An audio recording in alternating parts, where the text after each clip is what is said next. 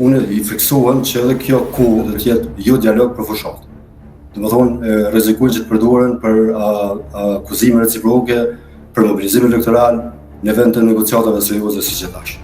Po kjo nuk duhet me harru ky aspekt politik që kjo ka edhe pjesën e kostos ekonomike. Paraliza institucionale, ju e dini çka kemi vujt në vitin 2025 për atë periudhë ngërshit sa marrëveshja ndërkombëtare, sa kredia, sa donacioni, sa granti i Bashkimit Evropian na është mbyllur në sirtarët e tyre dhe vazhdojnë me qenë një mori për tyre, vazhdojnë me qenë të rrezikuar. Pra, kjo paraliza institucionale po e mbyll qëllimin e qëndrueshëm, investitorët nuk vinë në një shtet ku çdo 6 muaj e teston nëse ka apo jo pjesën institucionale të qëndrueshme. Pra, ky aspekt dëshiroj të them edhe një paraleli tjetër. Derisa ta them Serbia është jo vetëm Serbia, po unë po flas për Serbinë që e kemi fshini, po riarmatoset dhe harta sigurisë po ndryshon. Kosova po e konsumon energjinë vetë në betejë klanore për partijake për karrige i lirë. Do të thonë këta pa harrojnë që kjo mungesë e institucioneve funksionale stabile krijon vakumin të sigurisë.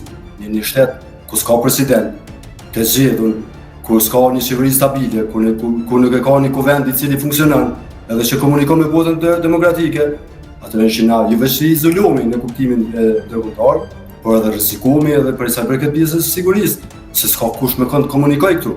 Edhe organet e sigurisë të aleatëve nuk kanë me kënd komunikojnë në kuptimin e mirë thellë të fjalës. Duhet vetë kujdesen në radhë parë për sigurinë e tyre, për prezencën e tyre që janë këtu, pastaj çfarë do të mbetet nga fuqia e tyre, të kujdesen edhe për sigurinë e qytetarëve edhe të territorit të Kosovës.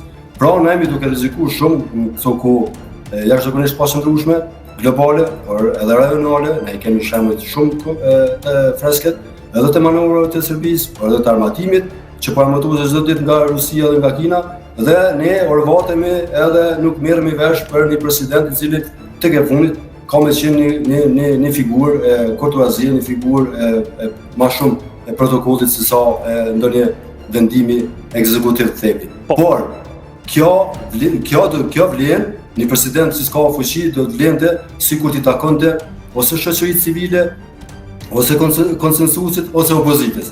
Por nuk vlen nëse do t'i takoj partisë vendosuese për shkak se janë disa nënshkrime, janë disa dekrete, të cilat kur janë unison, edhe kryeministri, edhe presidenti, kur vinë nga njëjta rrymë politike, atëherë mund të bëhen rrezik për demokracinë edhe për të ardhmen e vet. Kemi përcjell çastin e zotit Kurti për këto 6 vite në krye të institucioneve të vendit, i kam shumë drojë që mund ta kthej, mund ta përmbys demokracinë